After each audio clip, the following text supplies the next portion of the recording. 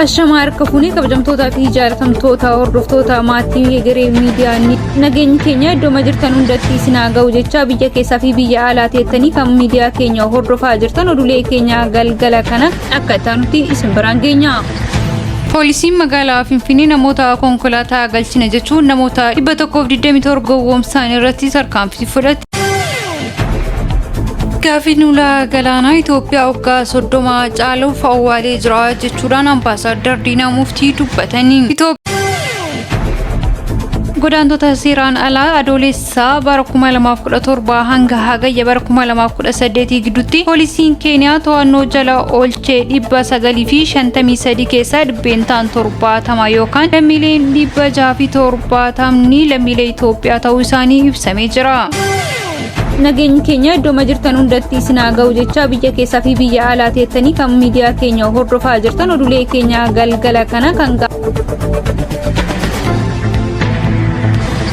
Poolisiin magaalaa Finfinnee namoota konkolaataa galchina jechuun namoota 127 gowwoomsaan irratti tarkaanfii fudhate. Poolisiin magaalaa Finfinnee namoota konkolaataa alaa finna jechuun namoota abdachiisu maallaqa uummataa gowwoomsuu irraa fudhatan irratti tarkaanfii seeraa fudhate. Koomishiniin poolisii magaalaa Finfinnee wiixata ibsa baasee namoonni shakkamaa konkolaataa galchuuf kafaltii dura abbaa konkolaataa akka ta'an abdachiisuudhaan namoota 127 irraa maallaqa fudhatan irratti tarkaanfii fudhachuusaa addeessee jira. Akka poolisiin ibsetti shakkamtoonni tokko nama tokko irraa qarshii 100 fi 30 irraa kaasee hanga 300 fi 50 fudhachaa akka turan kan eeree yoo ta'u maallaqni kunis konkolaataa geejjiba alaa galchuuf jedhamee karaa seeraan alaatiin fudhatamuusaa addeessee jira. Gareen kun namoota garaagaraa gara seeraa hin taaneen maallaqa konkolaataa isiniif galchina jechuudhaan namoota abdii sobaa irratti kaa'uun maallaqa seeraan ala walitti qabaa kan turan yoo ta'u koomishiniin poolisii magaalaa Finfinnee shakkamtoota kanneen yeroo dheeraa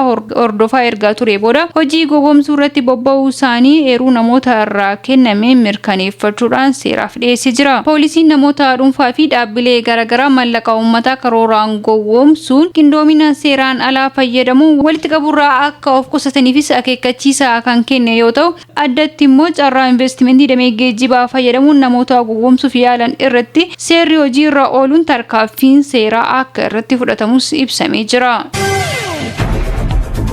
Gaaffiin ulaa galaanaa Itoophiyaa waggaa 30 caaluuf awwaalee jira jechuudhaan ambaasaadar Diinaa Muftii dubbatanii. Itoophiyaan haalli ulaa galaanaatti dhabdee beekamuu baatu waggoota 30 dura biyya ulaa galaanaa qabduu fi daldala guddaa buufata galaanaa kan adeemsisaa turte ta'uu mana marii bakka bu'oota uummataatti miseensa koree dhaabbii fi dhimma nageenya akkasumas hariiroo alaa kan ta'an ambaasaadar Diinaa Muftii dubbataniiru. Ambaasaadar Diinaa Muftii turtii miidiyaalee waliin taasisaniin Itoophiyaan ulaa galaanaa haala hin beekamne fi karaa sirrii hin taaneen dhabuu ishee waan nama sheenisudha jedhanii jiru. Ulaa galaanaa dhabuu qofaa miti waggoota 30 darban kana waa'ee ulaa galaanaa akka hin dubbatamne dhiibbaawwan garaagaraa taasifamanii jiran kan jedhan ambaasaadar Diinaa Muftii sirni yeroo san Itoophiyaa bulchaa ture osoo uummata hin mariisisin ulaa galaanaa dabarsee kennuun waan nama dhibuu jechuudhaan ambaasaadar Diinaa Muftii dabaluun haasawa isaanii keessatti dubbatanii jiru. Yeroo sanatti warri siyaasaa Itoophiyaa geggeessuu fi warri amma ulaa galaanaa kennameef waliigaltee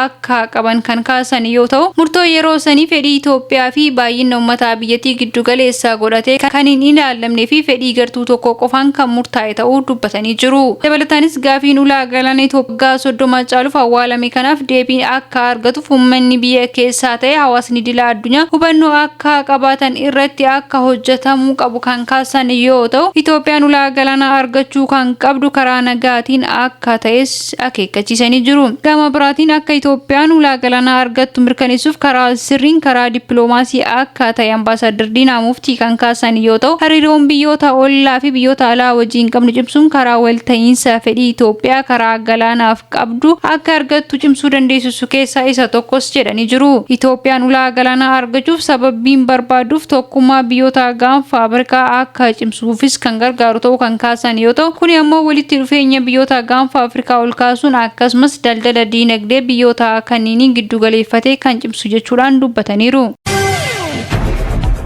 Godaantota seeraan alaa adoolessaa bara 2017 hanga hagayya bara 2018 gidduutti poolisiin Keeniyaa to'annoo jala oolchee 953 keessaa dhibbeentaan 70 yookaan lammiileen 670 lammiilee Itoophiyaa ta'uu isaanii ibsamee jira. Lammiileen Itoophiyaa godaansa seeraan alaatiif yeroo garaagaraa miidhaawwan garaagaraatiif saaxilamaa turuu isaanii gabaasaa turuun keenya kan yaadatamu yoo ta'u, gaafa adoolessaa bara 2017 hanga bara 2017 ji'a hagayyaa gidduutti poolisiin Keeniyaa to'annoo jala lammiilee 953 oolchee keessaa lammiileen 670 lammiilee Itoophiyaa ta'uu isaanii baramee jira. Lammiileen hafan lammiilee Somaaliyaa, lammiilee Burundii, Eertiraa fi baay'inaan kan mul'atan ta'uu ni mootummaan baase kan addeessu yoo ta'u, gabaasni kun akka addeessutti lakkoofsi lammiilee Itoophiyaa olaanaa ta'uu isaatiin sababa ta'ee jedhee kan inni kaasee walitti bu'iinsa naannoo Amaaraatii fi naannoo Oromiyaa keessatti mul'atu dargaggeeyyiin hedduun akka godaansaaf saaxilaman isaan taasisee jira yoo jedhu, kanaan gamattis dharaan hojii bal'aan biyya keessa jiraachuu dhabuun isaa lammiilee kanneen godaansaaf isaan saaxilee jira jedhee jira. Kanaan gamatti naannoo Tigraay keessatti wal dhabdeen uumamaa jiru dargaggoota hedduu godaansaaf saaxilee jiraachuu kan kaase yoo ta'u, gabaasni kun haala Itoophiyaan daangaa ce'ee daddabarsa meeshaalee waraanaa fi qoricha sammuu nama hadoochuu fi keessatti dargaggoeyyiin kun akka hirmaatan taasisuun gamatti lubbuu isaaniitii fi qabeenya maatii irrattis dhiibbaa guddaa fidaa jiraachuusaa kaafamee jira.